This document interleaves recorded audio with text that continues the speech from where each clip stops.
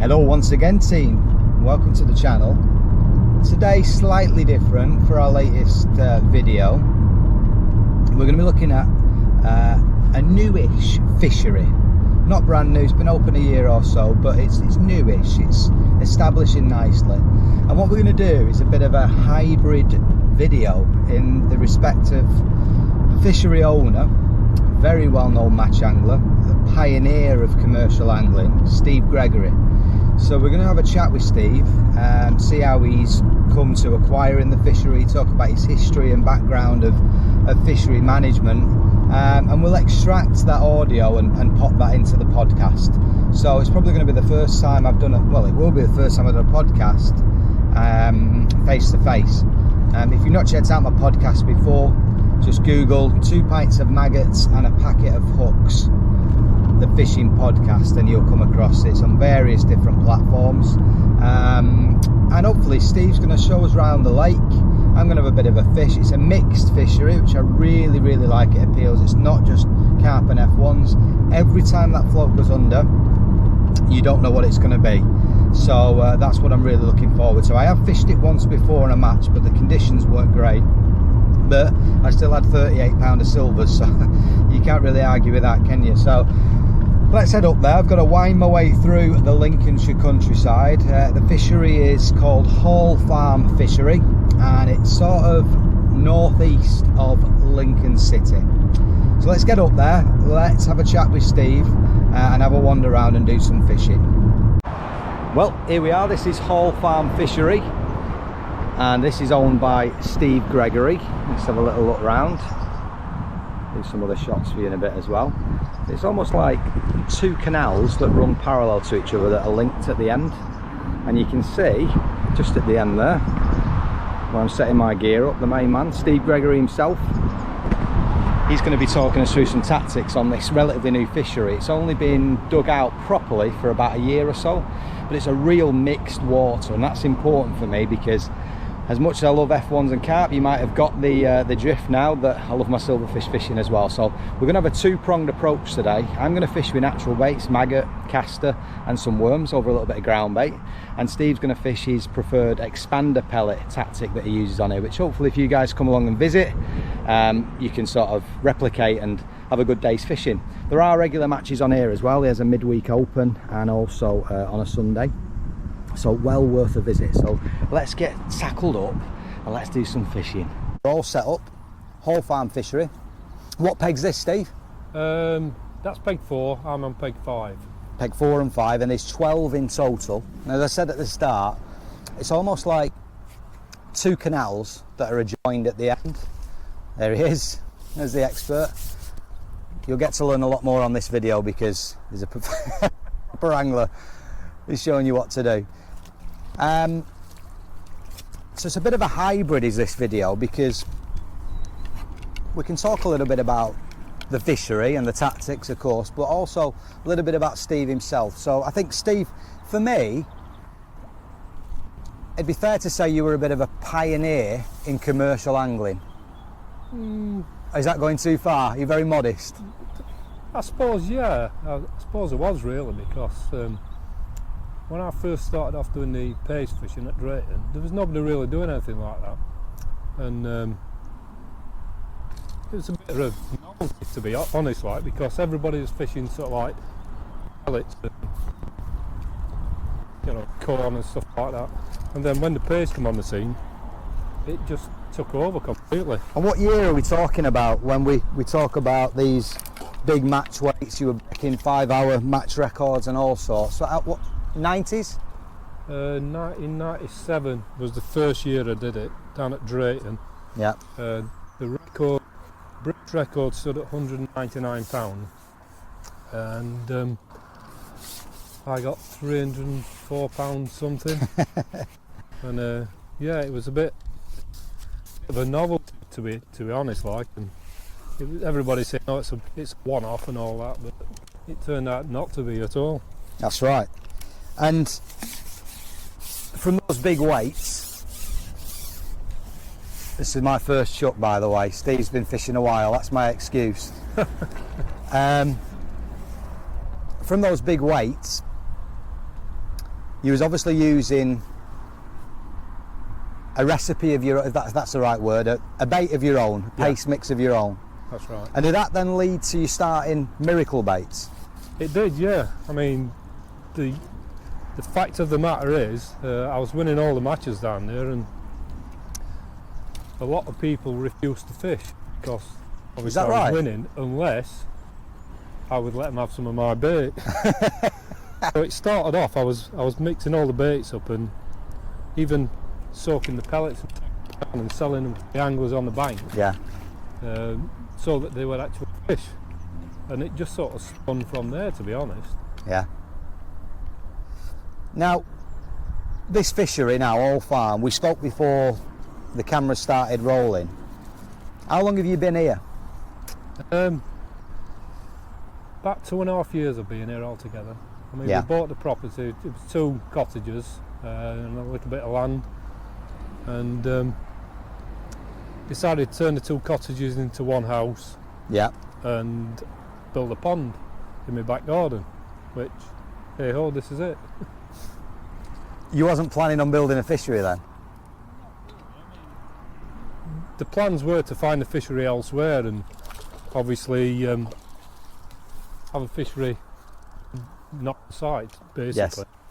And then, to be fair, when I thought about it, I've had a little bit of bad luck the past few years with fisheries. One thing or another, and it cost me a hell of a lot of money. Yeah. So I just decided that probably with all the hassling, just not to run a big fishery anymore and just have a small place and try and keep it personal, to be quite honest. Yeah. Do your own thing. Yeah. So now we're established then, Steve. We're, like you said, about a year in since digging this out. Yeah. Tell the listeners what was you thinking behind the stocking policy, because what attracted me to here is the fact that every time the float goes under, you don't really know what it's going to be. It's not just a carp and F1 water, is it? Well, my intentions were to make it a good fishery. I've gone past all them big weights, and I'm not really interested in catching 300 and 400 pound every time I go fishing. I just like to enjoy my fishing more these days, and it's nice to catch different species. I mean, skimmers, F1s, crucians, tench, rudd, roach, everything, to be honest.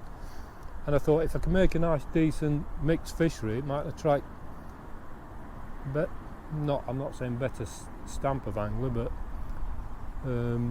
not the ones what just want to catch £1,000 every time they go. Well, you say that, but the match the match weights on here are decent, aren't they? Yeah, they're decent. I mean, at the moment it's not fishing very well due to that heat wave what we had, but it's starting to pick up a little bit now. I've just got a jacuzzi here. I've not made an error, but I put a big ground bait in because we know there's a lot of skimmers in here, and I always knew it was, with a silty bottom, it was going to fizz up a little bit. But just for your knowledge, for the listeners, what we're doing, I've gone down a bit of a natural route. I love fishing maggots, casters, worms, over ground bait, and with it being mixed, I thought we'll get a bit of this bait, a bit of Teddy Fisher Lake, bit of chopped worm and caster over the top, and I knew it would be like this. I'm itching to get a bit of paste out, but I refuse to. I'm going to stick to my guns. Whereas yourself, Steve, you are a fan of at the minute, we know that fisheries go through cycles, and at the minute, for you, it's all about expanders. Why is that? Well, I just love fishing expander, and I think you can catch most fish on expander pellet. It's not as selective as some baits. It's a big bait. It's 6 mils, right? Yeah, 6 mil. It's a big visual bait, but to be fair, there's not a lot of feed content in it, because there's a lot of when it's dry, it's full of air, and then when it's pumped, it's full of water. Yeah. And if you get 6 mil expander in your finger and thumb and rub it together, yeah, there's hardly anything there. No. So it looks like you're feeding a lot, but you're not actually, and it keeps the fish interested. With that as well, with expanders, most people certainly going sort of back in the day when snake lake fishing, where I'm from, up in the northwest, a lot of our fishing 10-15 years ago was all about tapping in micras and fishing an expander over the top, whereas you're actually feeding expanders as well as fishing them on the hook. I certainly do, and I feed plenty of them. Like I said, there's not a lot of feed content in the pellet, so and it makes a nice splash when it goes in. Yeah, it does. You don't realise how easy they are to throw and what noise they do make. Yeah, the fish just love them, to be fair. Well, I'm going to stick a great big worm on now, because for me, when you've got a fizzing peg, and I've made it fizz myself by putting too much bait in, there's only 2 baits really for a fizzing peg, and that's a great big worm or a lump of paste. And as I say, I'm avoiding the paste. So tell us, it's an interesting one. We've had on the podcast before a couple of times Alex Doherty from Lindholm, and we've done a bit of a fishery special about you know, the type of visitors they get, the demographics, why they started desilting some of the lakes, and basically fishery management really, and Alex gives a bit of an insight into that. But of course you're the man getting your hands dirty and doing the digging, and you know, you're not just overseeing the fishery. Yeah. What's the thought process when it comes to almost designing a fishery like from scratch like this? Well, the thought process, I would say, is how would I want it to be? Right. I'm a fisherman, and how would I want it to be? What would I want to catch?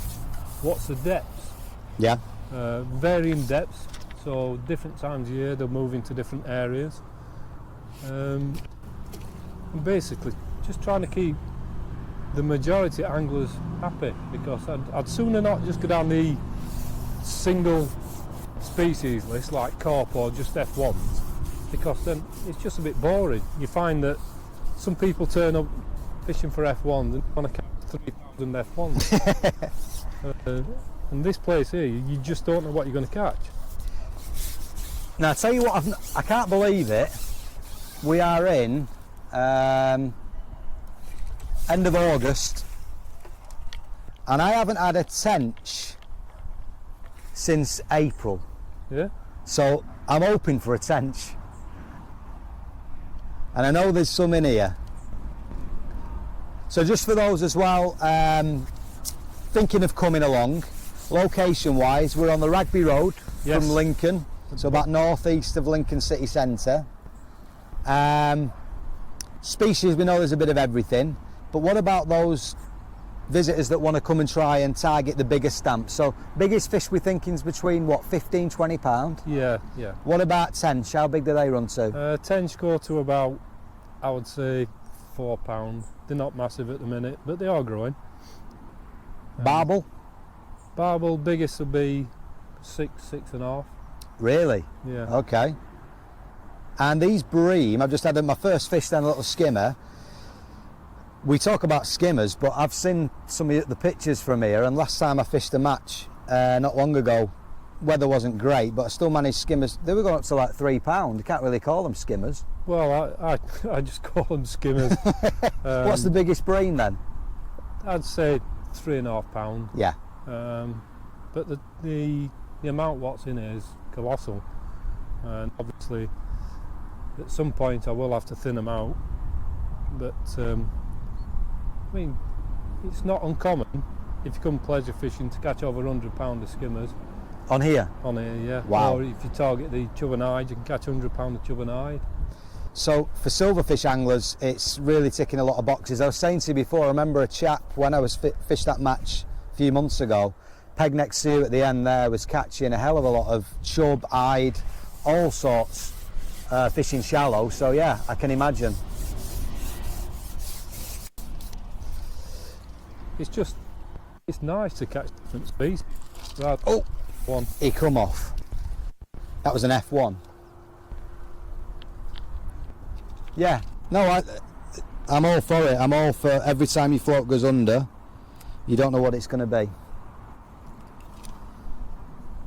I've gone out onto the deep line expecting to catch the skimmers, but they're not actually having it just yet. But I did notice when I was plumbing up, a lot of the skimmers are sort of mid-depth. Right. But obviously feeding on a regular basis will take them down. And also, doing what I'm doing also bring some carp into the swim, and you can actually catch the carp shallow over this as well. And you're fishing an expander on the hook for them shallow? Yes, well, I always fish it. When I come to my peg here, I never bring anything but a big tub of expanders. I don't bring anything else. I don't think you need anything. Not at the minute anyway. And we were saying before, these cycles, of course, as the temperatures change and we go through the seasons, when do you think that the fish will start switching to probably smaller baits? First frosts? Yeah, I would say so. Usually beginning of October. Yeah. Just when the water temperature drops a bit. You'll still catch an expander throughout the winter, but you do catch a lot more fish on the natural baits when it cools down. So maybe those micros and expanders that I was talking about before could be a good winter tactic. Yeah. Obviously in winter time I'd cut down the amount of bait I feed.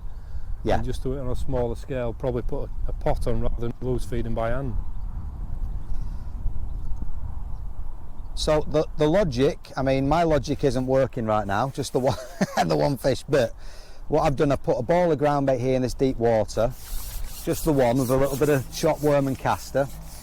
There's micros in there as well, just something to graze over. And they're fizzing like mad, a piece of worm over the top. And I've also put a line in on Steve's recommendation, about a metre or so off the far bank. Now, you'd be tempted because it's a mud line, so you think to yourself, right, nice shallow rig straight over, and absolutely, if I'm fishing for carp, I'd probably, whether it'd work or not, I'm not sure, but I'd probably tap in hard pellets and fish a hard pellet across there. But I've come off a metre, like Steve's recommended, and I've just put a little bit of chopped worm and castor in there, a little bit of micros, just a sort of a bit of a throwaway line at the minute. And if this fizzing gets too much and I'm not catching steady, then I'll have a look over there, but I'm only 5-10 minutes in. So Steve, yourself 2 lines as well? Yeah. One in the deep water, one not quite as far across as me. Actually, I've got 3 lines on the go at the moment. Right. I've got one just there, which is Down the edge. just down, well, a metre from the bank. Yeah. I've got one there, which is a top kit plus one, and then one down the track. You feed a lot heavier, hopefully trying to get a big head of skimmers there, but it also brings the carp in as well. The carp will come shallow with the amount of feed going in. The one in the top kit and one is where I want to catch the fish, because obviously that's going to be a lot quicker catching there. Then the one down the edge, a metre from the bank just there, that's where the bigger skimmers tend to turn up. So feeding them all and just keep alternating and find out where the fish want to be. Yeah. But at the minute, the fish they're not really fizzing as well as I'd imagine. Right, Steve, let's see the master in action then, because I've just got a jacuzzi in front of me. And we made a good point actually, is that I did just have to re-plumb up, because we were saying a lot of people, when that happens to the peg, don't be scared of it, you know, attack it, but make sure you re-plumb up, because they can dig out a couple of inches, can't they? That's right. A lot of people make that mistake. I see them here regularly saying, oh, it's gone a bit quiet, but it's still fizzing. Well, it's just a case of the fish channel all the silt out on a soft clay. When there's a lot of fish feeding in your peg, it's going to happen. So re-plumbing is essential. Like I say, half an hour could make all the difference. It could be an inch deeper. Yeah. Like I've just plumbed up there. We've been fishing 40 minutes? Yeah, 40 minutes or so. And it was nearly 2 inches deeper. Wow. So it's essential to keep plumbing up all the time.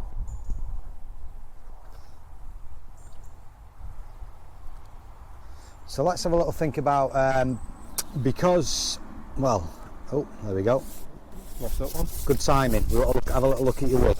Because of this mixed fishery, Yes. it could be a 2-ounce skimmer or roach, it could be a 10-pound carp. So what do we do about balancing our tackle? How do you rig up for fishing your water? Well, people who know me know that I'm an attacking angler.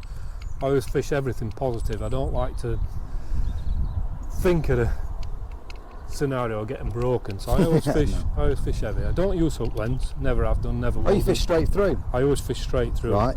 And the rigs I'm using on here, even though there's a lot of small fishing, a lot of silvers in, I still think that my mindset is the fish aren't that bothered about the line, the hook.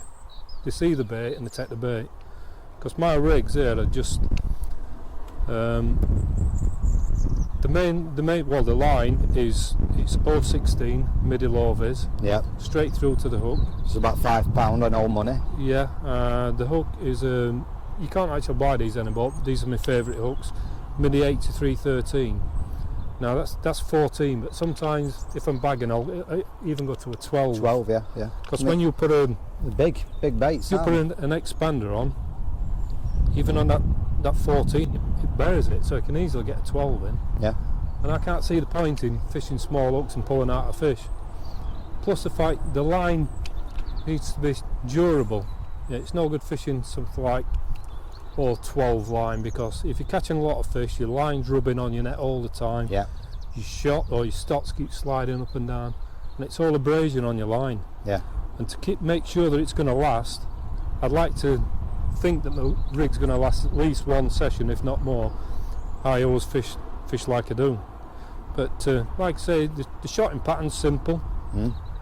I just put a bulk of number 8 stocks, and they're about what? 10 inch? 8 to 10 inch from the hook.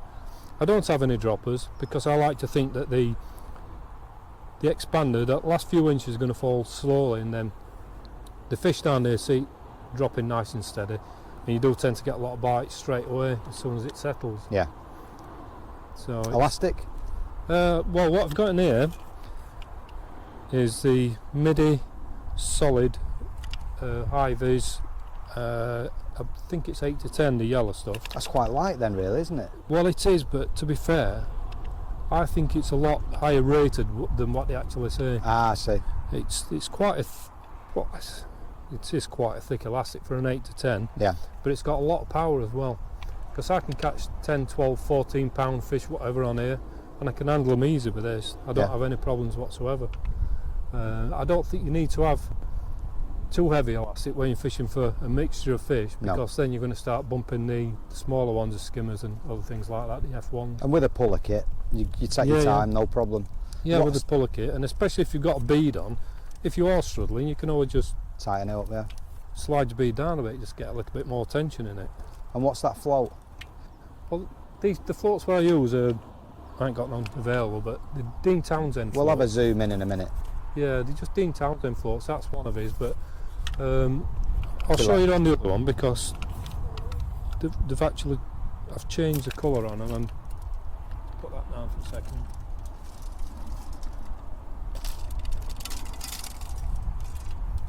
These are the carbon F1s. I think they've got a 2mm tip, carbon stem, and a Chianti style float, and they're just perfect for this style of fishing.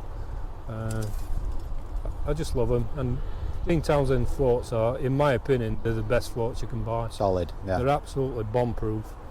You can use these for 2 years and never have any problems with them. A lot of the shop bought floats, they've just not got the life, they don't last. Yeah. So it all depends what you want out of your fishing. They're not expensive floats, so it's not like you're spending a fortune on them. But no, if they last as well, it's not a false economy, is it? Great. Well, what we'll do is we'll have a little zoom in on them so everybody can see what you're looking at, and we can have a little look as well. We'll zoom in on this just to show how these 6mm pellets, a size 12 is nothing. That to me is like a little ball of paste. Yeah. I mean, and the other thing is, if you put them in your fingers and rub them together, yeah, they break down to. Yeah. There's hardly anything there. There's fish on your short line though. I just look, they're swirling down me. Oh, they're carp, I'll leave them for a bit. Try and catch a few skimmers first. Well, the sun's come out, Steve, so I think it's time for me to have a look in that slightly shallower water over there. How are you getting on? Yeah, catching a few, you know, it's not wind off, but I'm sure it'll get better. Usually does. I don't mind. I can sit here for 2 hours twiddling my thumbs and... Yeah, absolutely. It's not bad when it's in your back garden, is it? No. Not far to travel home, have I? No. So tell me, now we're starting getting established. We're only 12 pigs, so I think you're filling all your matches, aren't you? Yeah. And obviously we're making a bit of a name in this area. Now your accent is not a Lincolnshire accent.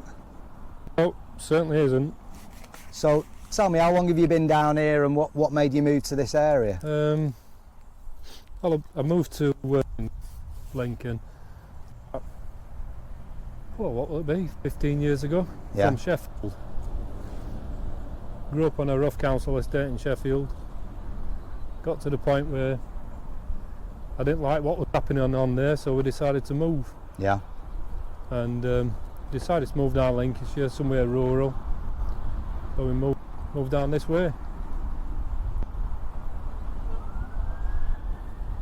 So how did it come about with the former fishery? So you've been a fishery manager before, as we've said earlier on, you know, deciding to start with your own place. Yeah. So how did all that start? There was a couple of venues that you looked after, right? Yeah, I mean, to be fair, I mean, it all happened by accident, to be honest. Right. Years ago when I was fishing Drayton a lot, one day this guy turned up behind me and he says, "Are you Steve?" I went, "Yeah, I am." Why? He says, "My name's Mike Hamlington." He says, "I've got a fishery called Tunnel Barn Farm." He says, "Have you heard of it?" I went, "No mate, never." He went, "Exactly." He said, "Been told that, come and have a word with you and you might be able to sort me out to get me some people down here." So he says, "Come and visit me and let's have a chat." So I went down to see Mike. Great bloke, good friend of mine now. Yeah. And we came up with a plan to try and get, you know, sort of generating more people turning up. Within a couple of years it was getting really busy, and then he decided, because it was getting busy, more lakes required, and it sort of took off. So what year was this about? That was it.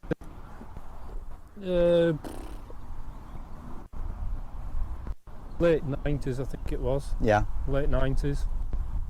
I mean, look at Tunnel Barn today, it's amazing. One of the best fisheries in country. And I started fishing Lindholm quite a bit. This old lady what used to run it, he actually sold it, and a guy called Neil Grantham bought it. Yeah. I was fishing there one day, and again he come up to me and he says, "Are you Steve?" I says, "Yes." He says, "My name's Neil Grantham, I've just bought the place." I says, "Really?" I says, "Oh, well done. It's a lovely place." He says, "Yeah." He says, "I don't know anything about fish, I don't know anything about fishing, and I've been for the man to come and talk to get me sorted." So again I started helping Neil up there, and we started getting plenty of people turning up on the matches, and probably, I would say, if not, one of the best in the country. It's amazing. So Neil's done a lot to the place, he spent a lot of money, invested a lot of money in it. So it's just where it started off doing it, you see.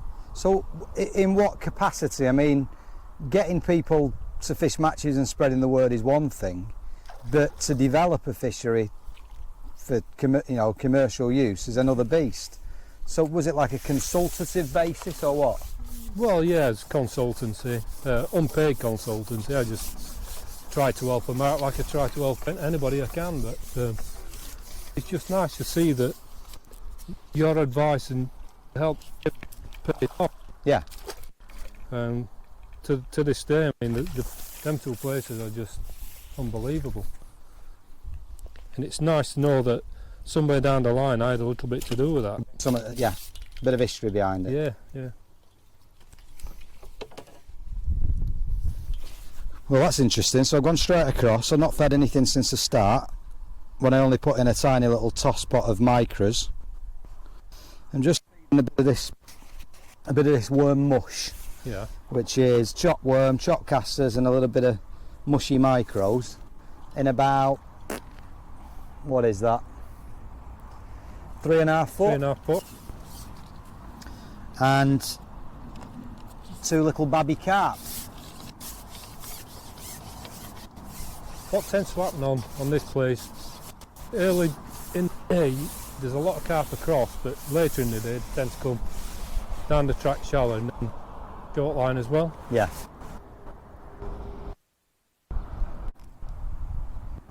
So now you're short. That's my short line. I'll also have one just there, close in.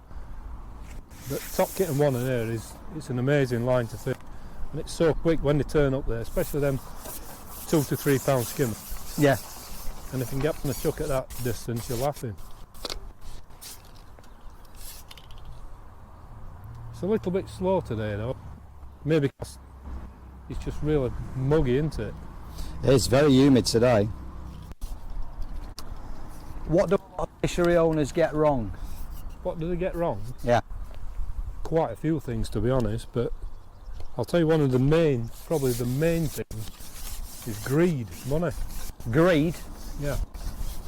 A lot of them are just interested in the money side of it. Now, to be fair, I mean, this is only a small pond.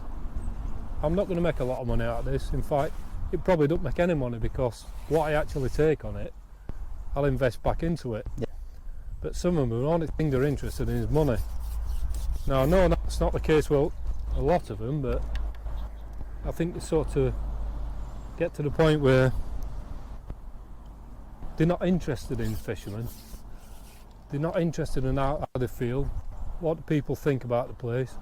Only thing they want to do is take the money, gates after they've got.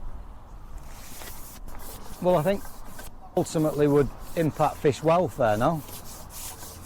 You what, sorry?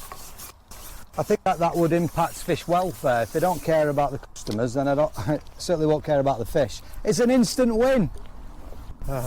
Yay! There's a few of them in, mate. Ha ha! A goldie. Wonderful. Let's talk about rules then. Yeah. Fish welfare. Here, I'd say you're quite liberal, i.e. there isn't really any rules except the net limits.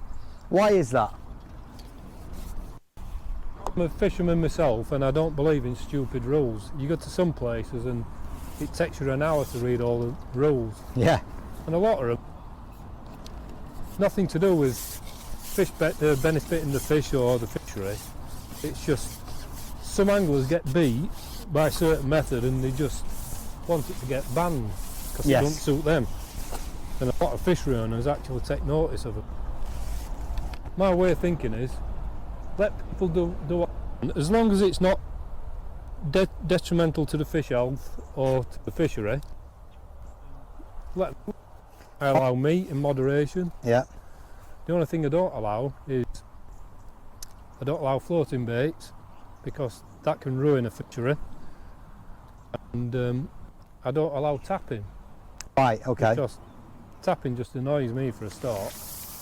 When I did have my other fishery, what I had once, there's some guy turned up fishing it, and somebody said, oh, they were just tapping all day.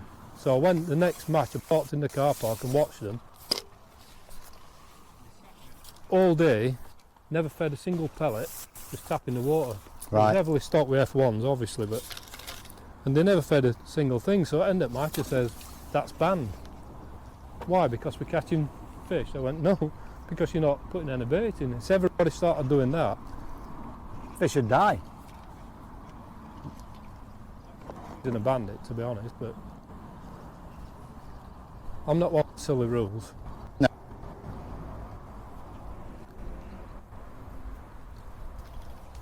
Well, that was a little skimmer then. So, little carp, little skimmers, goldfish.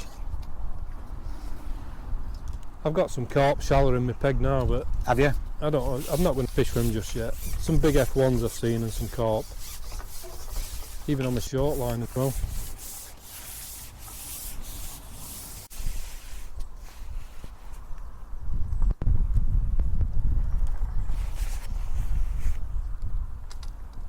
Who would you rate as the best angler you've fished with or against? The best? Yeah. Tricky one, because I fished with most of the best anglers in the country, and I've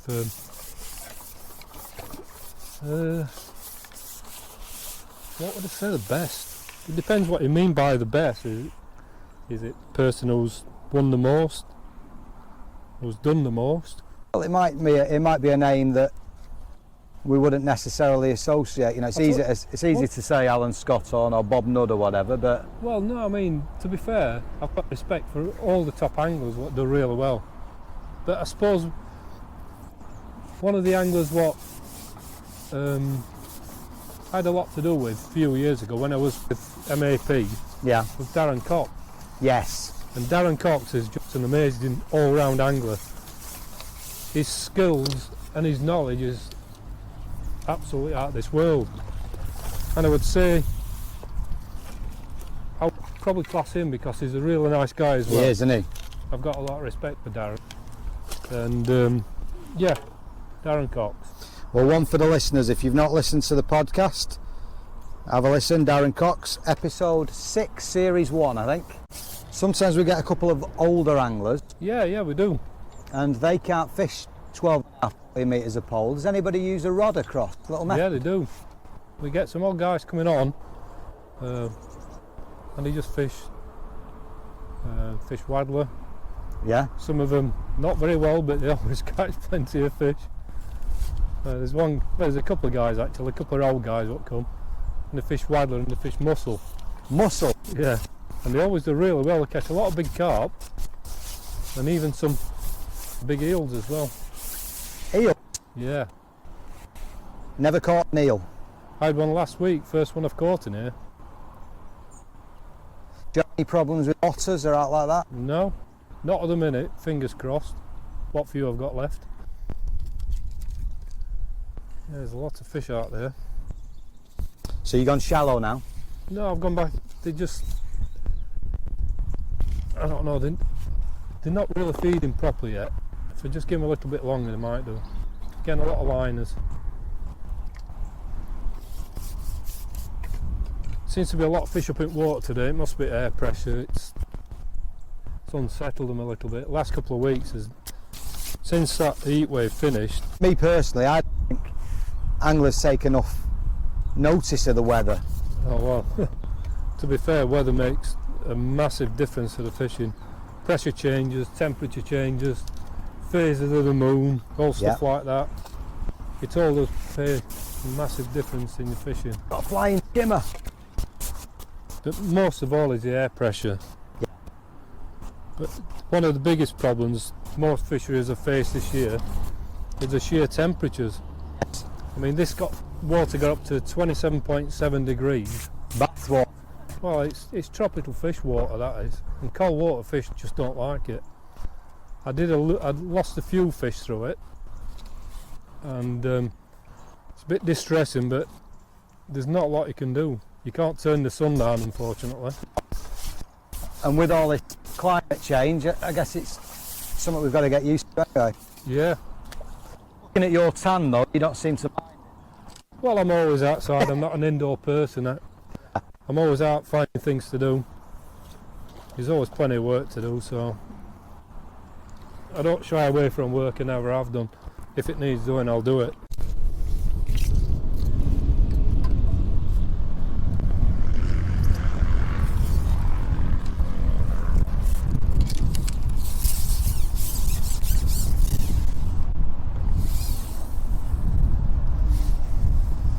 Come on. Anything. Well, Steve, we've been fishing a few hours now, and I think it's fair to say that your expander tactics have worked a bit better than my natural baits. But I can't say I've not caught. I've had a fair few skimmers and a few small carp and bits and pieces. And of course filming and all the rest of it. And with you being the venue expert, I was never going to outfish you. I don't fish it that often, to be honest. Yeah, but the striking thing is, how many species have been caught. And that's what the whole purpose of today was about, really, highlighting a mixed fishery with various ways that you can approach it. I mean, no point in going through my rigs because they've not been as effective as yours, but I've fished very traditional with relatively light line, 0.15 to 0.13 hook length, with a bulk and 2 droppers, feeding this little mulch of worm and casters and micro pellets, and they're fizzing like mad, you know, and the ground bait's drawn them in and drawn them down. It's just not been as quick as yourself, but I've really enjoyed it. I've had skimmers, bits and pieces, but you've had crusions, tench, bream, carp, goldfish. I think I've had the best perch in the lake, don't I? All 2 ounce of it. So yeah, it's just a real mixed bag. The only thing I've not seen is any gudgeon.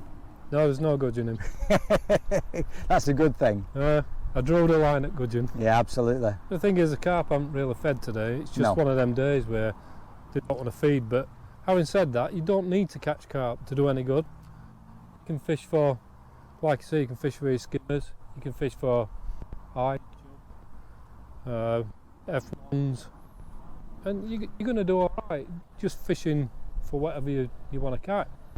It's an enjoyable day's fishing. Rather than being forced into catching one species, you can pick what you want to go for and compete, which is the main thing. Yeah, I mean, that's one thing. I've had a quick 20 minutes shallow the caster over this track line, and you know, feeding it for sort of 5-10 minutes. Them eyed were straight up. Yeah. And you know, I've had a couple of big eyed as well. I could have stuck on that if I wanted, and you know, really gone for them. But these lovely sort of, you know, palm-sized skimmers going right up to 2-3 pound. I'd rather wait for the bites. And get one of them than sort of fishing shallow. And they were a bit tricky, to be fair, even though they were coming right up to 6 inches deep. They weren't hooking themselves out. No. So no, we're pleasure fishing, and I like fishing this way. So yeah, that's right. And that's the key, isn't it? Yeah. If you come along to all farm fishery and you just choose how you want, we discussed before, if you're not a pole angler, you could fish a wag like these old guys fishing mussels and things like that. I imagine chucking a little pellet feeder or hybrid feeder to that far bank would be deadly. Yes. So I guess the learning point is, if you come along to this venue, you fish how you want to and you will have a good day's sport, without a doubt. Steve's expander tactics have been brilliant, and that's certainly something, here he is again, that I'll be employing next time I visit. But whatever you want to do, you'll catch fish. Another tench, look. What have we got there? Tench. Oh, lovely. Show that one to the camera. Look at that. It's only a small one, but they're just lovely to catch, aren't they?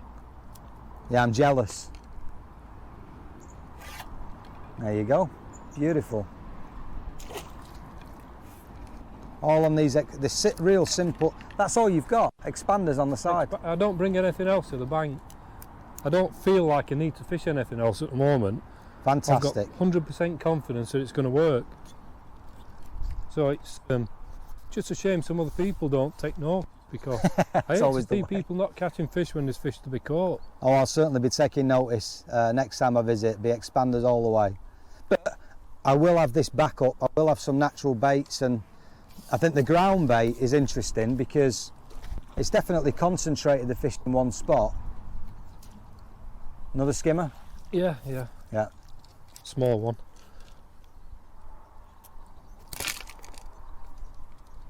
Yeah, I think definitely. I think as we get into the colder weather as well, I think ground bait would be a real good. Yes, it will. Good tactic. To be fair, I mean, when the temperature drops, I will be moving to ground bait. Yeah. I'll be using my own green pellet crumb. Yeah.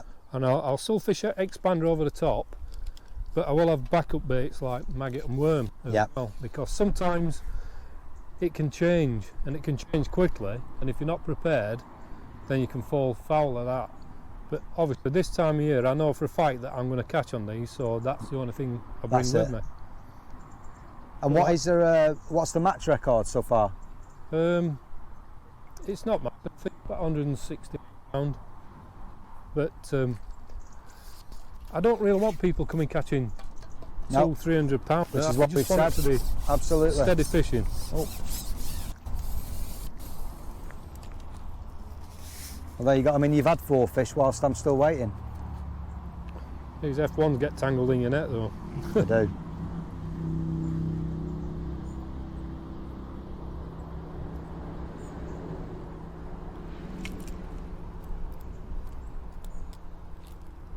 Just a final tactic worth covering off as well. The one that you're famous for, paste fishing. How does that work on here? Pace is excellent. To be fair, it's a bait I'm renowned for using, but on here I don't very often use it, but the days I have used it I've done so well. Yeah. I can remember it was back end of last year I fished on peg 1 and nobody wanted to fish down there, and I kept saying to them it's a big, must fish for big fish. So I went there and fished pace one day and absolutely emptied it with like fish from 8 up to £14. I was getting 1 a chuck. Wow. It was amazing. Yeah. But even the skimmers, you can catch skimmers on the paste using smaller lumps of paste. You'll catch a big weight of skimmers. Yeah. I love it.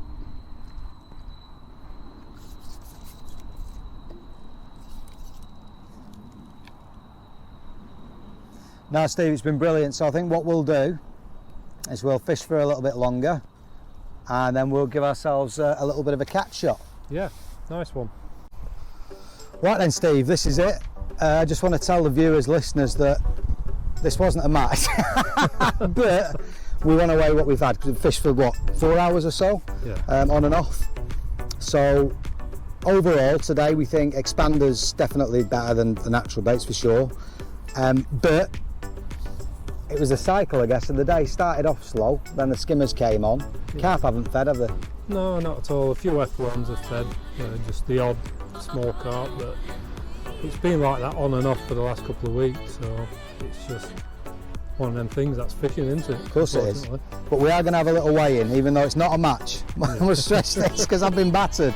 But and also, of course, in a match we have keep net rules. We have a £50 limit. £50 limit. We might have broke that today, but we're pleasure fishing and we've not had the fish in the nets for too long. So I'll do the honours.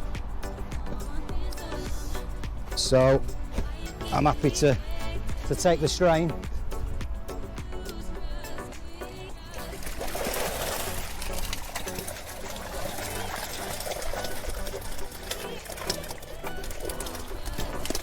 What do the scales go up to? 70.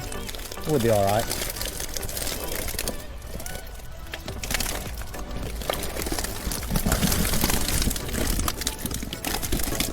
Just make sure we get that on camera, just to show. I mean, that is I'd be happy with that on its own. I'll take It's not a bad net of fish, is it? It's alright.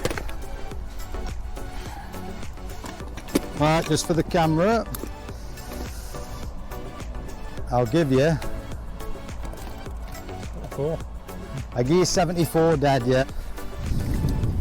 Let's get all these back safely. Lovely mixed bag. All gone back safe and sound. Well done. I've not got many carp, so it's... So that was just your silvers and bits and bats net? Yeah.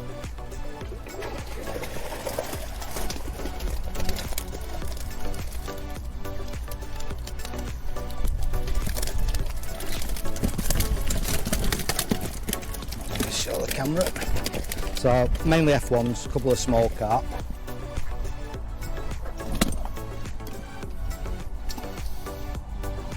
I give you 18. Lovely, thank you. So you do the maths.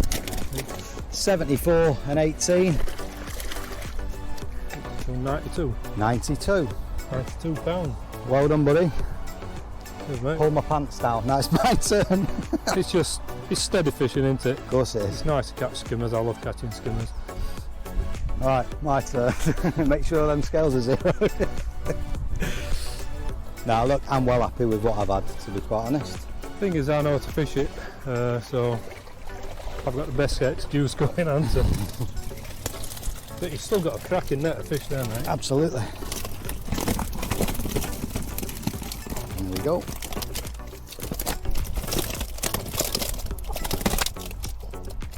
Standard. Catching fish like that, you can't complain about that. No.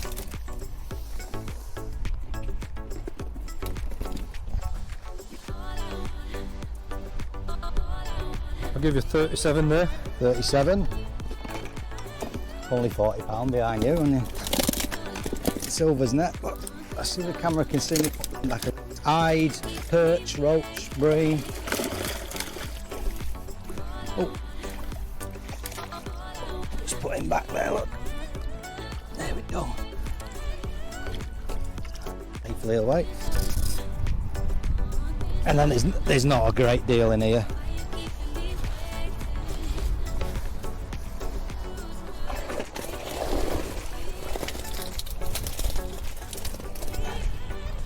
Little babby carp, little babby F1s.